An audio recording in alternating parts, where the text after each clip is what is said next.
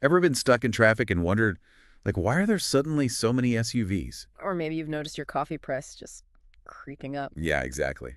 Okay, let's unpack this. Today we're doing a deep dive into the real core principles of economics. We're using Chapter 1 of an economics textbook, the 11th edition, as our guide here. Right. And the goal is really to give you a practical handle on the economic forces shaping, well, everything around us, your daily life. Think of it as maybe a quick way to grasp why things cost what they do, why we make the choices we make. No getting bogged down, just the essential framework. Exactly. We'll touch on key ideas like scarcity, coordination problem, Uh-huh. And the difference between micro and macro perspectives. and also how economists actually think, the sort of reasoning they use, plus the different forces at play. Okay, so first things first, what is economics according to this textbook? Well, the definition they give is it's the study of how human beings coordinate their wants and desires, which sound, potentially limitless. Coordinate them how, though? Well, that's the key bit. It happens within certain structures, decision-making mechanisms, social customs, political realities. It's not magic. Right, so it's not just numbers in a void. It's about people, rules, society. Precisely. And because we need to coordinate, every single economy faces three really big questions. Okay, what are they? First, what goods and services should we actually produce?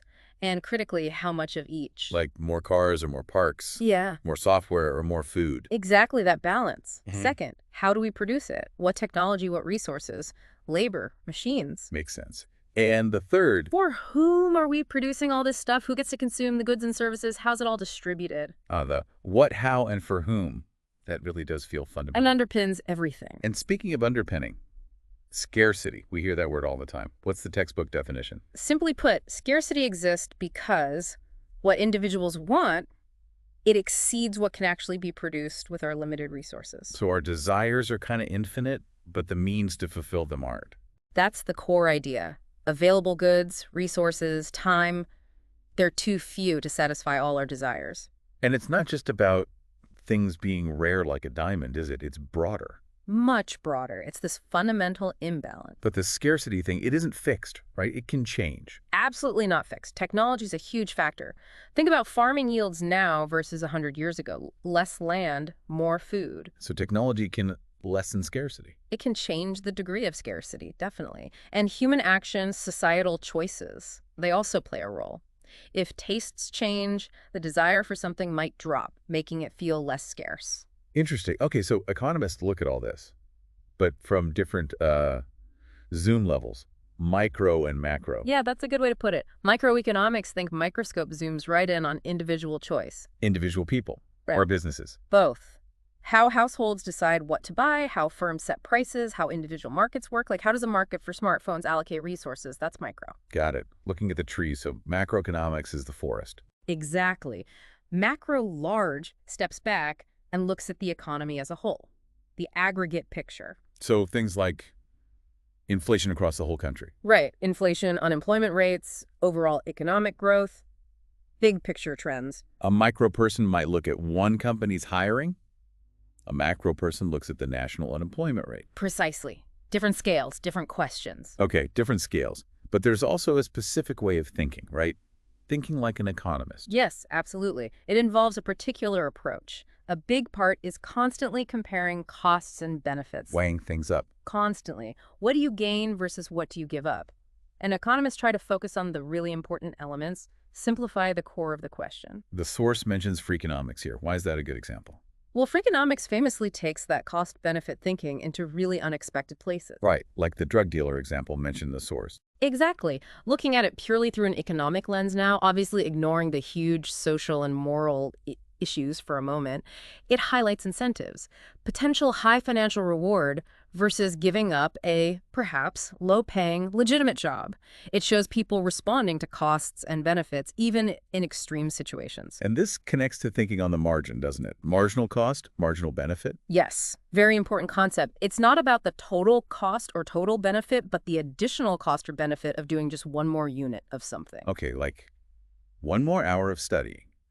Or eating one more slice of pizza. Perfect examples. The marginal benefit of that first pizza slice is probably high. You're hungry. But the fifth slice. The marginal benefit, the extra enjoyment, is likely much lower, and the marginal cost, maybe feeling uncomfortably full, is going up. Ah, okay. And there's a rule. The economic decision rule is pretty straightforward. If marginal benefit MB of doing something is greater than its marginal cost, MC, do it. If MC is greater than MB, don't. MC, go. MC and B, stop. That's it. And it rests on a fundamental premise. Everything has a cost. Nothing is truly free. Which brings us neatly to opportunity costs, another huge one. Absolutely fundamental. Opportunity cost isn't necessarily the money you spend. It's the value of the next best alternative you had to forego. What you gave up, what you could have done instead. Precisely. And the textbook stresses, for a rational decision, the benefit of your choice should be greater than this opportunity cost. So going to college, the cost isn't just tuition and books. Right. It's also the income you could have earned working full-time during those years. That lost income is a major part of the opportunity cost. Or if I spend Saturday afternoon watching a movie. The opportunity cost might be the nap you didn't take, or the errands you didn't run, or the time with family you missed. Whatever your next best alternative was. And this applies to big government decisions too. Absolutely. The source uses the example of government spending on, say, a war on terrorism. The opportunity cost is what else that money could have done, perhaps more spending on healthcare or education or infrastructure. It's the trade-off. Always a trade-off. Which is why economists love that saying, there ain't no such thing as a free lunch. Tins to fall. Tends to fail. Okay, so we're making choices, weighing costs, considering opportunity costs. But it's not happening in a bubble, is it?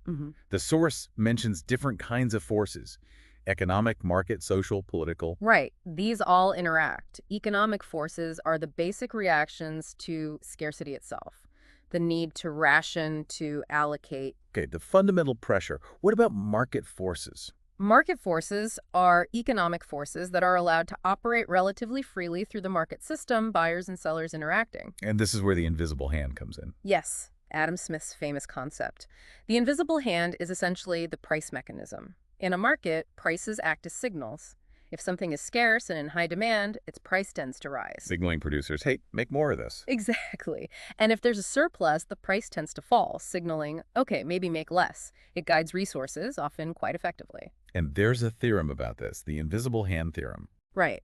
It basically states that a market economy, through this price mechanism, will tend to allocate resources efficiently. Efficiently, meaning cheaply. Getting the job done with minimum waste. That's the economic definition of efficiency here, yes. Achieving a goal as cheaply as possible. But it's not always just market forces, is it? Yeah. Social and political forces jump in. Constantly. They interact with economic forces, and they often influence or even constrain market forces. Think about laws setting a minimum wage. That's a political force interfering with the pure market determination of wages. Or social attitudes towards, say, environmental protection. Definitely. A social push for sustainability might lead people to demand greener products, even if they cost more, or it could lead to political pressure for regulations. So these forces can sometimes work against that pure, invisible hand efficiency. They can, or they can redirect it based on different values. Economic reality isn't just cold, hard market logic. It's this dynamic interplay of all these forces, economic, political, and social. Okay, that makes a lot of sense. Now, shifting gears slightly. When economists give advice, especially on government policy, there seem to be different ways they approach it. Objective versus subjective. Yes. Economic policies are actions, or even inactions, by government meant to influence economic outcomes. Like taxes or spending programs. Regulations, yeah. Now, objective policy analysis tries really hard to separate the analyst's own values from the analysis. It focuses on, if we do X, what is likely to happen based on the evidence? Purely descriptive or predictive? Just the facts map. Kind of, yeah. Subjective analysis, on the other hand, inevitably brings the analyst's values into the picture. Their views on what's fair or what goals are most important will shape their interpretation and recommendations. And this relates to those three categories. Yeah. Positive, normative, and the art of economics. Directly. Positive economics is the objective side. It's the study of what is and how the economy actually works. Factual statements, cause and effect. Like, how does the market for coffee beans function? Exactly. Or, what impact did that tax cut have on investment? It's about understanding the mechanics. Okay, so normative economics is? Normative economics is about what should be. It involves value judgments. It deals with the goals of the economy. So questions like, should we prioritize low inflation over low unemployment? Or what should tax policy try to achieve? Precisely. These aren't questions with purely factual answers. They involve beliefs about what's desirable or good for society. And the third one, the art of economics. That sounds intriguing. It's the bridge between the other two. The art of economics is about using the knowledge gained from positive economics, how things work, to achieve the goals decided upon in normative economics, what we want to achieve. So it's the practical application, the how-to. Essentially, yes. Given our understanding of economic principles and the real-world constraints, how do we design policies to actually reach those normative goals? It requires judgment, pragmatism, understanding context. It's more art than pure science sometimes. Using the science to achieve the desired outcome. That's a good way to put it. Wow, okay. We've covered a lot of ground there. From defining economics as coordination under scarcity. To those three core questions. What, how, and for whom?